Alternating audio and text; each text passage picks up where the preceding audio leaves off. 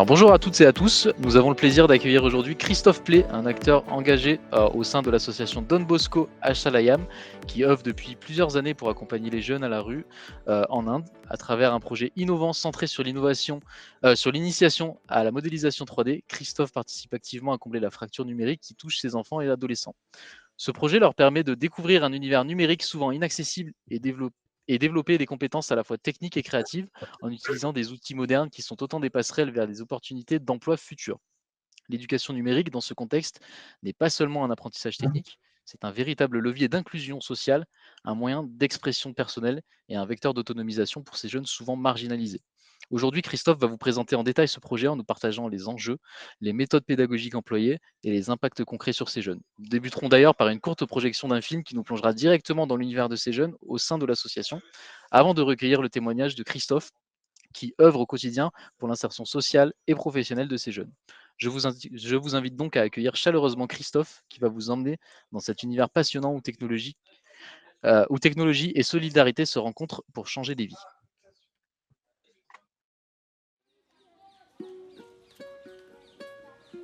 Asha Layam is a combination of two words. Asha is a Bengali word called means hope. Alayam is a Sanskrit word. It means home. It's a home of hope. Ashalayam is a project that began 38 years ago, to be precise, in 1985 by Father T.V. Anthony for children who are living mostly in the stations. Howrah station is one of the biggest railway stations in India, where thousands and thousands of people travel every day. Those years, the children were in the station, having left their families in the village or even in the city because of family issues or poverty. Somehow they couldn't stay on with their relatives, with their people.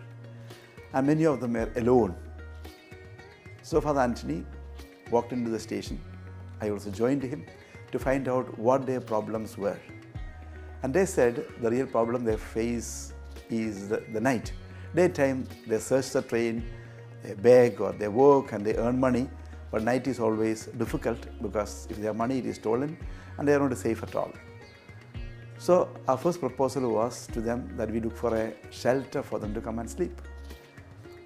And in the City of Joy, one of our friends offered us a place which was again daytime, it was used by them. So the children would come in the evening, have a bath, sleep, good hot meal every day. And morning they go back to the station again to carry on their normal life. Then we had a system where those who are not educated, they could also get into the system of self-employment or non-formal training, where they would learn to operate a machine, basic techniques as to the screws and nuts and all those spanner and all that, and they could work and earn. And Don Bosco would get orders from companies to make different items, and these boys are taught to operate a lathe machine. They would work and they would earn, so they were very happy. The boy, after education, I put them in a different training center, and once they complete the training, they are placed in different job according to what they have been trained. The second division I would say is that 18 plus, the aftercare, and below 8. Asha TC program started a few years ago when we realized that we have many boys and girls who are finding it difficult to get job possibilities. Then Christopher, who was already a volunteer with us from the 2002, he proposed a new system to us saying that he will take care of the children from 18 plus.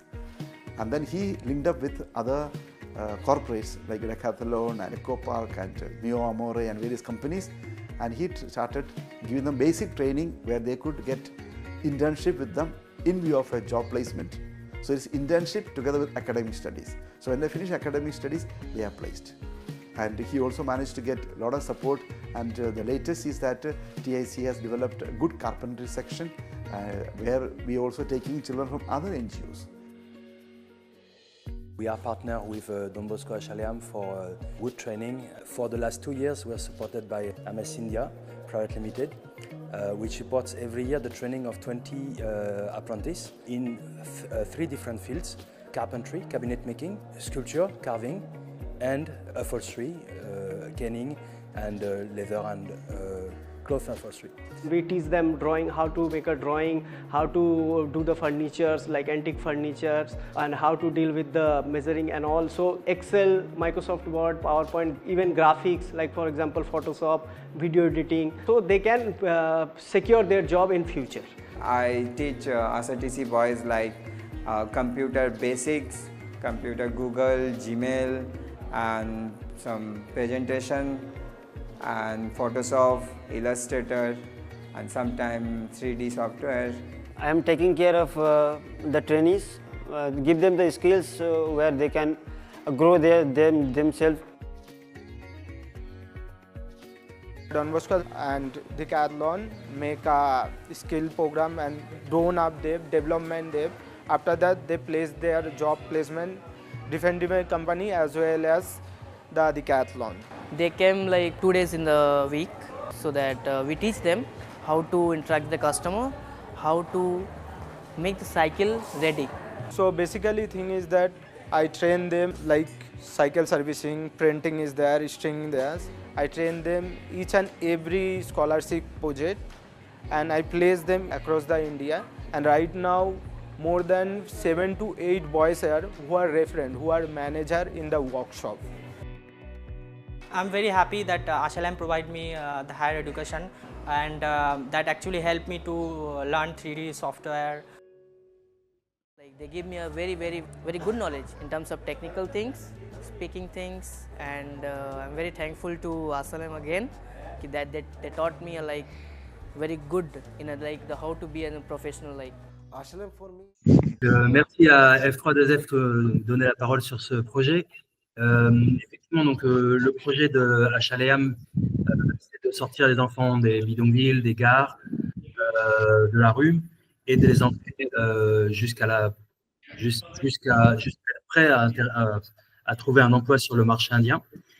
Donc, on essaye de pousser les jeunes au maximum de leur capacité, de leur talent.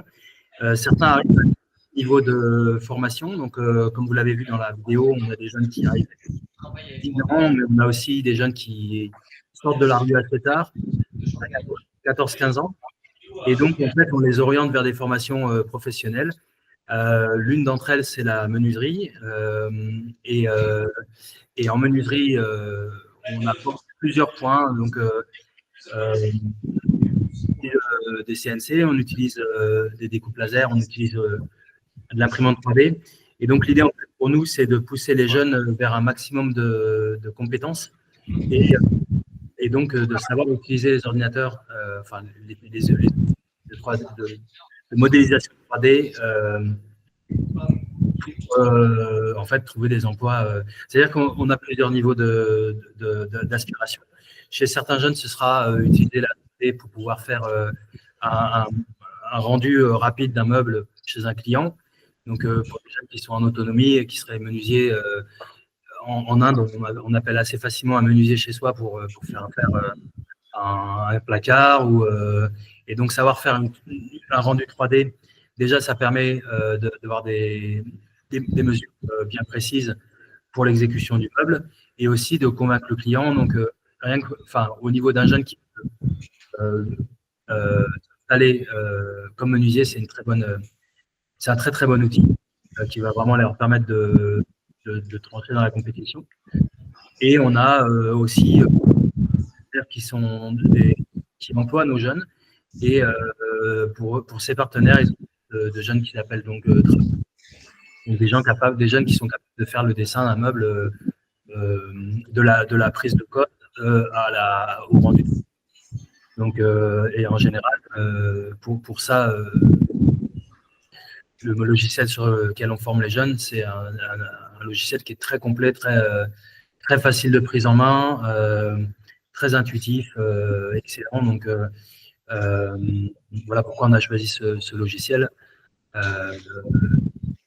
qui nous semble le plus pertinent.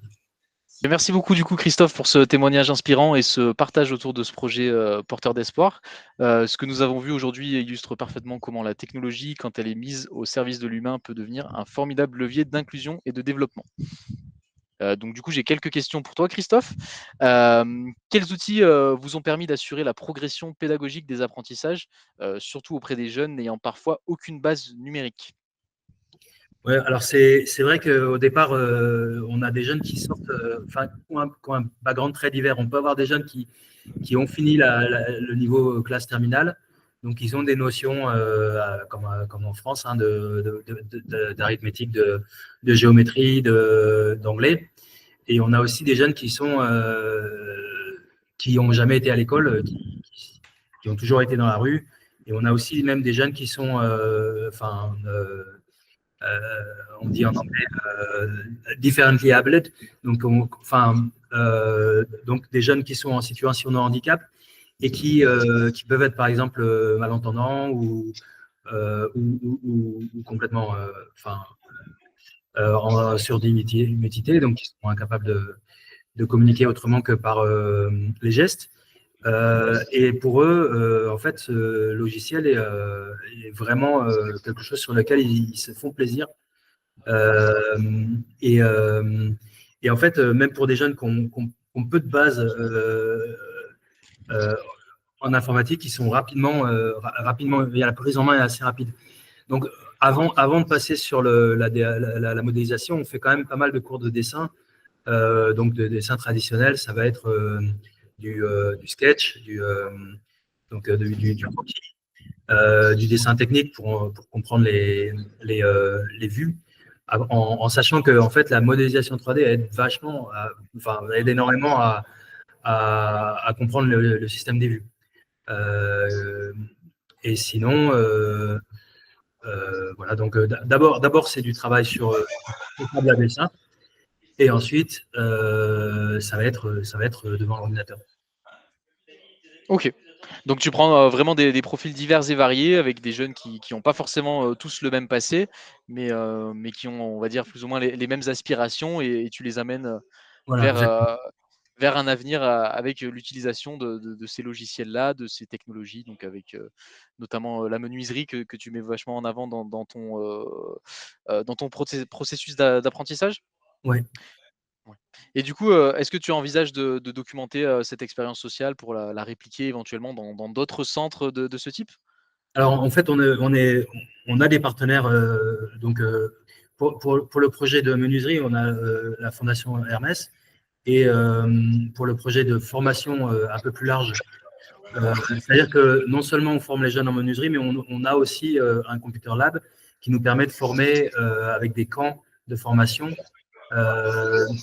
une quinzaine de jeunes tous les mois. Et dans ce domaine-là, on est soutenu par la Fondation Pernod Ricard, qui évidemment, chacun de nos fondeurs nous demande, et c'est essentiel, d'être professionnel dans notre façon de travailler, et donc évidemment de documenter toutes les formations, d'évaluer la qualité de nos formations. Donc effectivement, on documente chaque formation, et on essaye entre chaque formation d'améliorer notre façon de travailler. On a été bien aidé par Damien là-dessus, qui nous a permis d'accéder au site de formation de F3DF, et donc d'avoir une idée de la progression à suivre pour que toutes les étapes soient bien approchées. Ok, donc vous avez vraiment des beaux partenaires qui vous aident à continuer d'avancer sur vos projets, et puis évoluer pour justement Exactement. promettre un bel avenir à ces jeunes. C'est top. Et comment, du coup, adaptez-vous l'enseignement de la modélisation 3D à des jeunes avec ces milieux assez hétérogènes, parfois, du coup, assez complexes, j'imagine. Vous parliez de jeunes avec des situations parfois de handicap, que ce soit donc, en termes de communication. J'imagine que ce n'est pas toujours facile avec tous. Comment vous arrivez à articuler tout ça? Peut-être que vous avez différents groupes de différents niveaux, que je ne sais pas comment ça s'articule. Alors, en fait, on a le groupe qui est effectivement peu homogène. Après, les difficultés, on a plusieurs exercices progressifs, et en général, on s'assure que tout le monde avance et est au même niveau pour passer à l'exercice suivant. Après, on laisse du temps sur les exercices et chacun va pousser plus loin. Donc, on va avoir des jeunes qui vont vraiment pousser leur projet et d'autres qui vont être sur un projet un peu plus simple. Mais une fois que donc on monte les outils, on les fait répéter et puis après, on laisse du temps aux jeunes pour créer son propre modèle. Et là-dessus, ben, effectivement, il y en a qui vont aller plus vite, beaucoup plus vite, et puis il y en a qui vont aller à un rythme plus lent. Et on passera un peu plus de temps avec eux pour s'assurer qu'ils enregistrent bien l'outil. Donc, l'intérêt des menus déroulants et puis des vignettes pour chaque outil, ça permet aux jeunes, par exemple, qui ne parlent pas anglais, de repérer, OK, extrude, c'est ce symbole-là. Rotate, c'est ce symbole-là. Et c'est ça l'avantage d'avoir un logiciel qui a toutes ces icônes, etc. C'est que même sans comprendre l'anglais, on va intérioriser. OK, ça c'est cette fonction. Et donc effectivement, l'anglais n'est pas une barrière. Après, les nombres, ils sont universels. Au départ, c'est bien leur faire comprendre. Le fait qu'il y ait l'unité est choisie au départ est choisie. En fait, en plus, en Inde, on utilise les inches et les centimètres. Donc, le système métrique et le système impérial. Et donc, c'est bien de pouvoir travailler sur les deux unités. Donc, en fait, vraiment, le système d'icônes aide à comprendre tous les outils.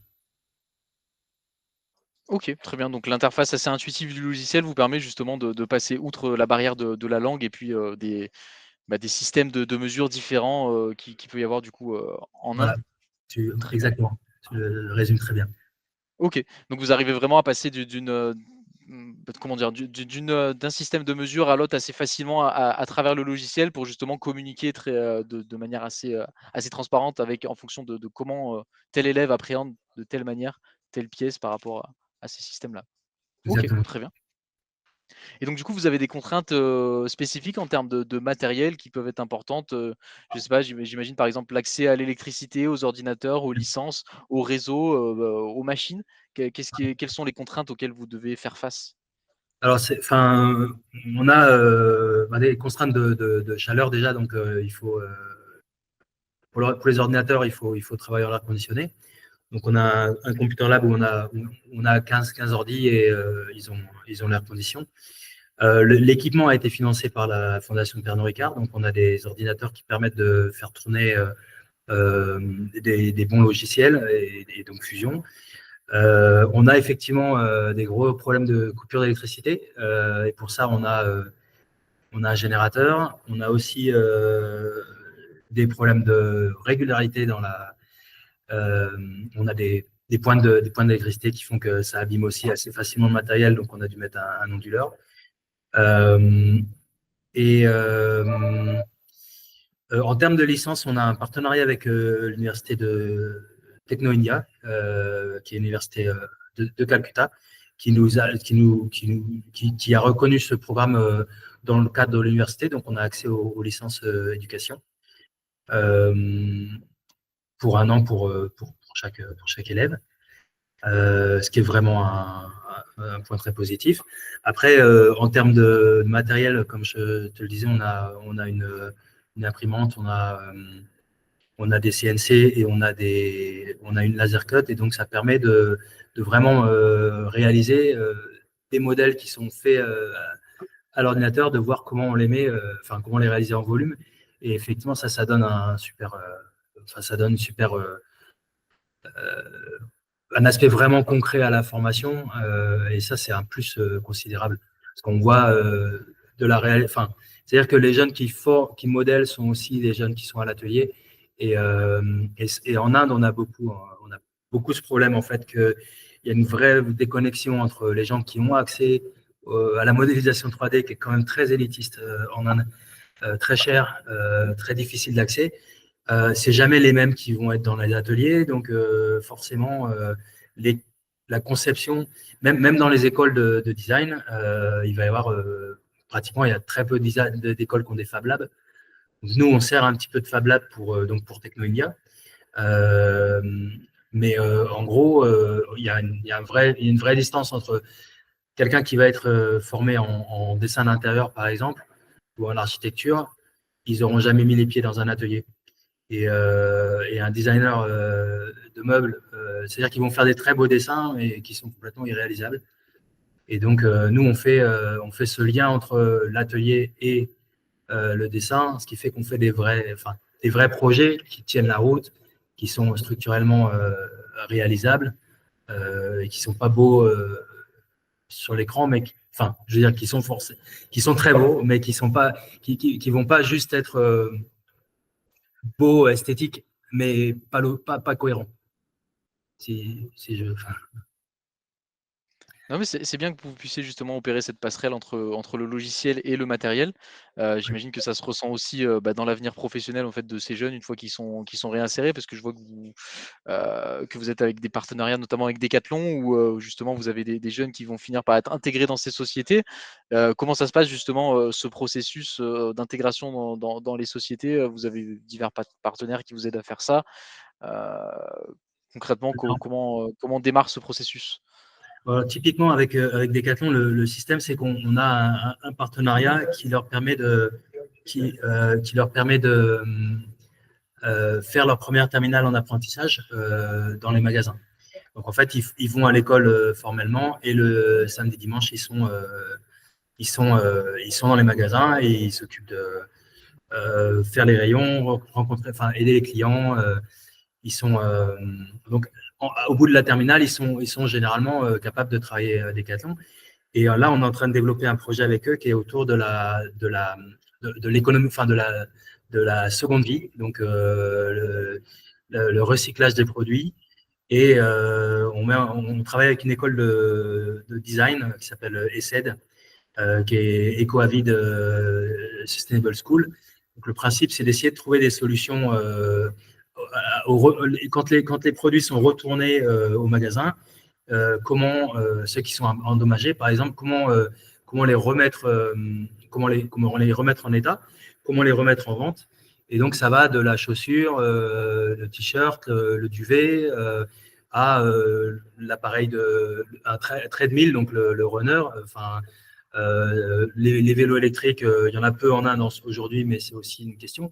Donc, nous, on va aider à former des jeunes sur ces problématiques-là.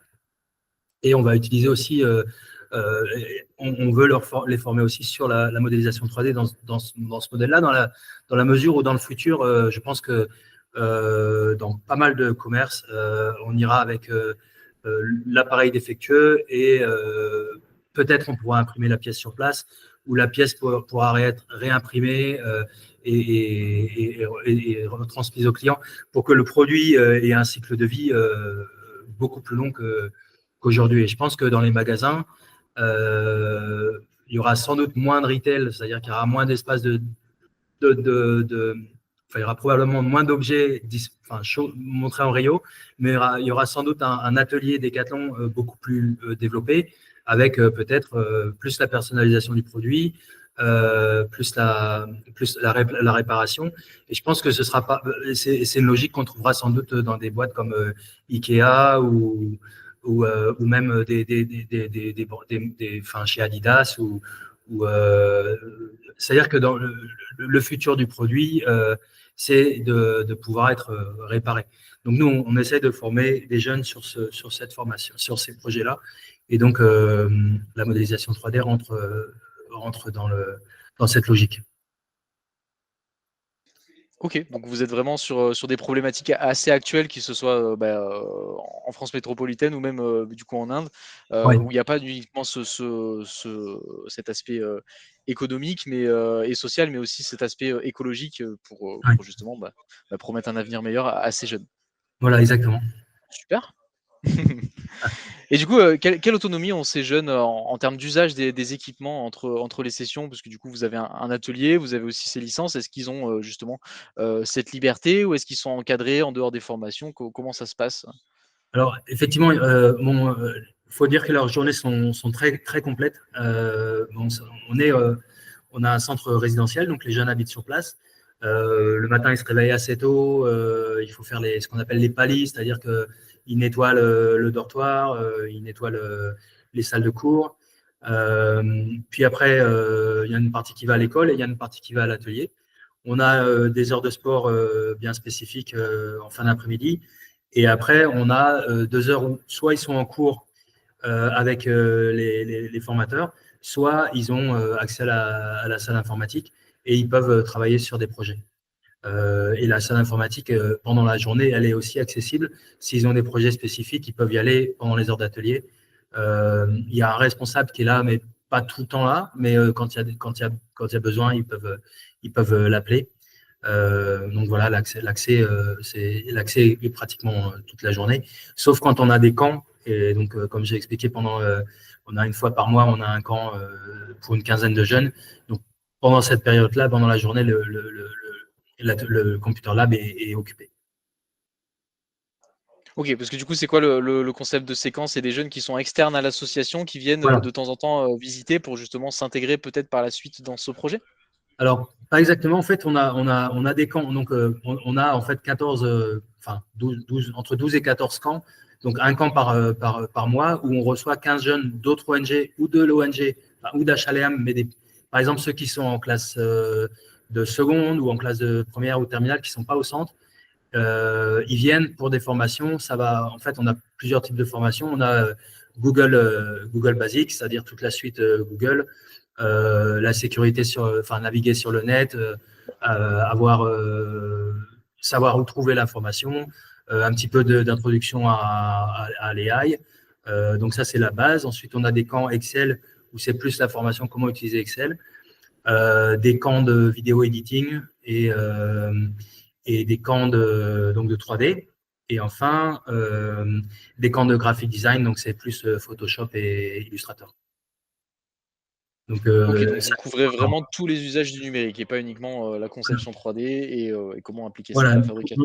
Ça, c'est vraiment l'aspect spécialisé, mais en gros, on a l'ordinateur donc la base, on fait beaucoup de camps Google Suite parce que en fait, les jeunes n'ont pas accès sinon à l'ordinateur.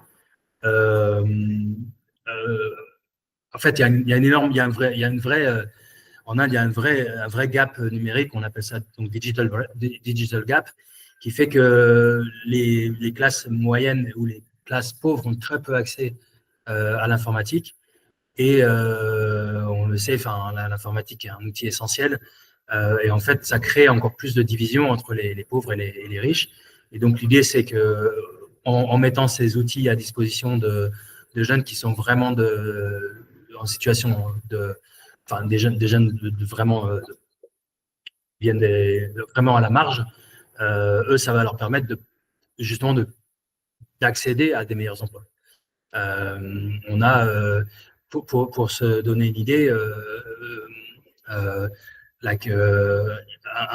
avoir un téléphone un téléphone digital, un smartphone, pour certaines familles, ça représente un an de salaire. Donc, vraiment, il y a un niveau d'accès à l'informatique qui est vraiment très inégal.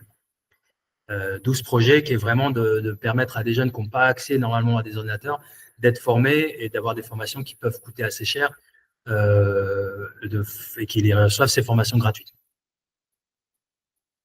Et on utilise, on utilise souvent des formules qui permettent d'être sur le cloud, parce que comme ils n'ont pas accès à leur propre ordi, forcément, et pour ça, Fusion, encore une fois, est super pour ça, parce qu'on peut accéder à Fusion sur n'importe quel ordinateur.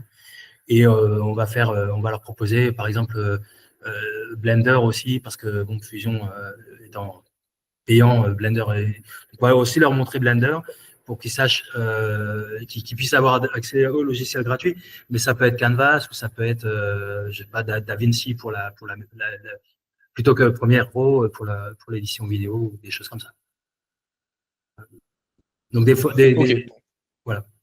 solutions. Oui, donc, des solutions adaptées en fonction du besoin pour justement aider à concrétiser ces projets qu'ils peuvent avoir.